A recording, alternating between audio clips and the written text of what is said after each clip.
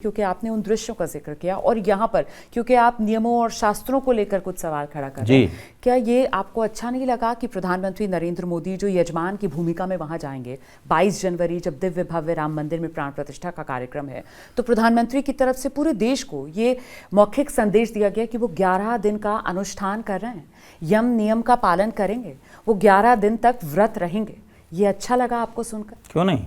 अगर कोई भी हमारे देश का व्यक्ति, हमारा सनातनी, हमारा हिंदू और फिर किसी पद पर बैठा हुआ व्यक्ति अगर धर्म का पालन करता है और उसको जनता के बीच में प्रदर्शित भी करता है तो हमको क्यों नहीं अच्छा लगेगा? अच्छा लगा। हम ये भी तो कह रहे हैं, देखिए जिस समय हम ये कह रहे हैं कि वो काम उन्होंने बहुत गलत किया, उसी समय हम ये भी तो कह रहे हैं कि ये काम अच्छा कर रहे हैं। आप अगर हम विरोधी होते तो इसमें भी कुछ ना कुछ खोज लेते, और अगर हम समर्थक होते तो उसमें भी हम कुछ ना कुछ खोज लेते, लेकिन हमने ये तो नहीं किया।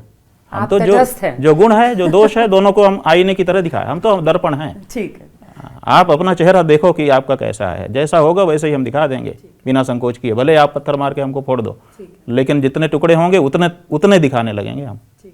लेकिन शंकराचार्य जी जो 4 पीठ हैं देश में, और उसमें शुरुआत में तो चारों शंकराचार्य जो हैं वो करीब करीब एक ही बात बोलते सुनाई पड़ रहे थे, लेकिन उसके बाद हमने देखा जैसे जैसे 22 जनवरी की तारीख नज़दीक आ रही है, 2 अलग अलग पीठ और वहाँ के शंकराचार्य उन्होंने कहा कि हमें इस पर कोई आपत्ति नहीं है, सब कुछ जो है वो धर्मसम्मत तरीके से हो रहा है, वो सिर्फ वो खुद नहीं जा रहे हैं। और उन्होंने ये भी कहा कि जो राम भक्त हैं उनको वहाँ जाना चाहिए।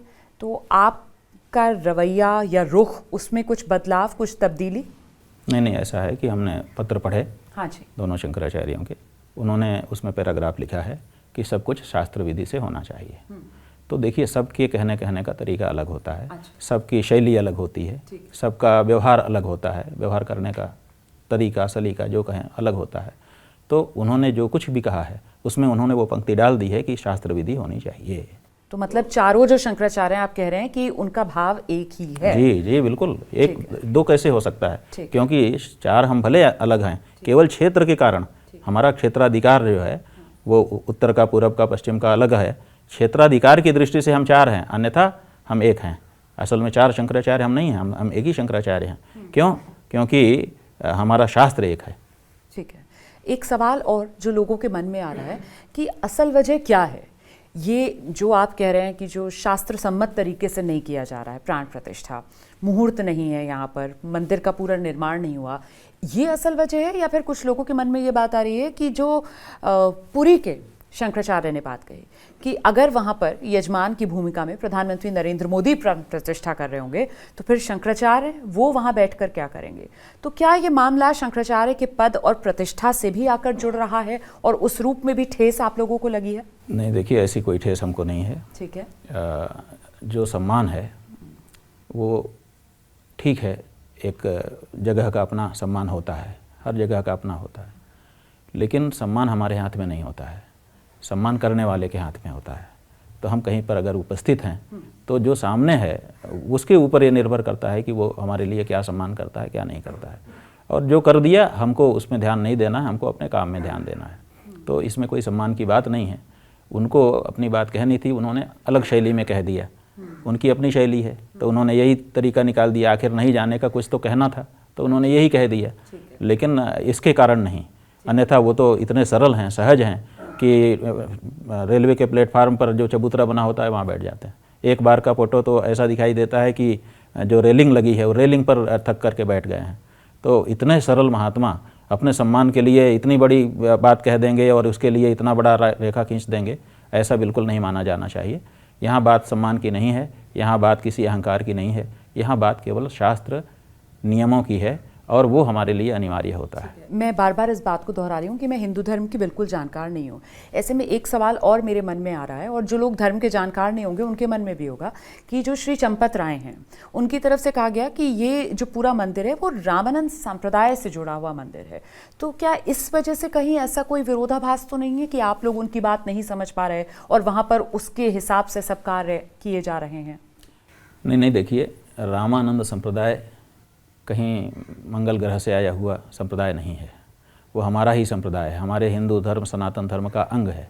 और आपको जानकारी होनी चाहिए कि संप्रदाय हमारे अलग अलग हैं, लेकिन शास्त्र हम सब के एक हैं। वेद हमारा सबका, चाहे रामानंद हो, चाहे कृष्णानंद हो चाहे कोई हो, वो सबका जो वेद है वो एक है, शास्त्र एक है। तो हमारे शास्त्रों में भेद नहीं है। सवाल इसीलिए कि कहीं ऐसा तो नहीं कि ये संप्रदायों की लड़ाई है जो इस रूप में नहीं, कोई संप्रदायों की कोई लड़ाई नहीं है। आपको पता होना चाहिए कि संप्रदायों ने ही हम लोगों से अनुरोध किया था। हम जब जो राम जन्मभूमि का मुकदमा चल रहा था उसमें पार्टी बन के हम लोग पैरवी करते थे, हमारी गवाही भी उसमें हुई है, उल्लेख भी किया गया है निर्णय में। तो ये जो सब हो रहा था, तो रामानंद संप्रदाय अगर हमसे पृथक होता या राम हमारे आराध्य ना होते तो हम ये सब क्यों करते। तो रामानंद संप्रदाय से हमारी कोई समस्या नहीं है। हमने तो इसीलिए पलट करके कहा, जब हमको ये वक्तव्य सुनाया गया तो हमने ये कहा कि अगर रामानंद संप्रदाय का है तो भी हमें कोई दिक्कत नहीं है, आप रामानंद संप्रदाय को दे दीजिए, फिर आप क्यों बैठे हैं। उसका तो कोई जवाब उन्होंने नहीं दिया। एक और दूसरे, कितनी निर्लज्जता की बात है और कितनी छोटेपन की बात है ये उनकी कि बृहत्तर हिंदू समाज को आप संप्रदायों में टुकड़े टुकड़े में बांट रहे हैं। आप कह रहे हैं शाक्तों का नहीं है, शैवों का नहीं है, सन्यासियों का नहीं है। क्यों नहीं है भाई, ये तो सबका है। तो एक तो ऐसे जिम्मेदार पद पर बैठा व्यक्ति जब समाज में ही टुकड़े टुकड़े करने की बात करता है तो वो उसका तो संज्ञान लिया जाना चाहिए। ऐसे व्यक्ति को तो या तो चुप करा देना चाहिए या तो पद से हटाना चाहिए। लेकिन ना तो वो खुद पद से हटा और ना तो उसको किसी ने हटाया। दूसरे, वो कहता है कि रामानंद संप्रदाय का है। तो जब ये बात हमने सुनी तो रामानंद संप्रदाय के जो जगतगुरु रामानंदाचार्य जी हैं, जो सबसे बड़े आचार्य माने जाते हैं उनके, वो काशी में उनका मुख्य मठ है, श्रीमठ, और उनका नाम है जगतगुरु रामानंदाचार्य स्वामी राम नरेशाचार्य जी महाराज। उन्होंने राम जन्मभूमि के लिए बड़ा प्रयास किया है। तो और जो उनके पूर्वाचार्य थे शिव रामाचार्य जी महाराज, जो राम जन्मभूमि न्यास बना था, जो आंदोलन को आगे बढ़ा रहा था, आपको याद हो, उसके वो अध्यक्ष थे। उन्हीं के सानिध्य में ये सब आरंभ हुआ था। उन्हीं के उत्तराधिकारी हैं वो राम नरेशाचार्य जी महाराज, और बहुत बड़े विद्वान और बहुत प्रतिभाशाली व्यक्ति हैं और बहुत समन्वय करके सबका चलते हैं। हमने उनके यहाँ टेलीफोन करके पता करवाया कि आपकी क्या भूमिका है वहाँ रामानंद संप्रदाय का, चंपक राय जी कह रहे हैं। तो पता चला कि हमको तो निमंत्रण भी नहीं मिला है। अच्छा। और जब से मंदिर बना है तब से कभी कोई परामर्श भी नहीं किया गया है। आज भी निमंत्रण उनको नहीं दिया गया है। रामानंद संप्रदाय के जो सबसे बड़े आचार्य हैं असल में वो, तो फिर आप बताइए, अगर इसी बात को कोई थोड़ी सी भी अंतरात्मा को रखने वाला व्यक्ति होता तो क्या करता। आप कहते हो रामानंद संप्रदाय का है, यूं कह देते हो, और कहने के बाद जब रामानंद संप्रदाय के आचार्य को ही अभी तक आपने कंसल्ट नहीं किया है, बात नहीं की है, उनको आमंत्रित तक नहीं किया है, आप दुनिया भर को आमंत्रित कर रहे हैं, 6000 लोगों का नाम बता रहे हैं। ये स्थिति है। ठीक है।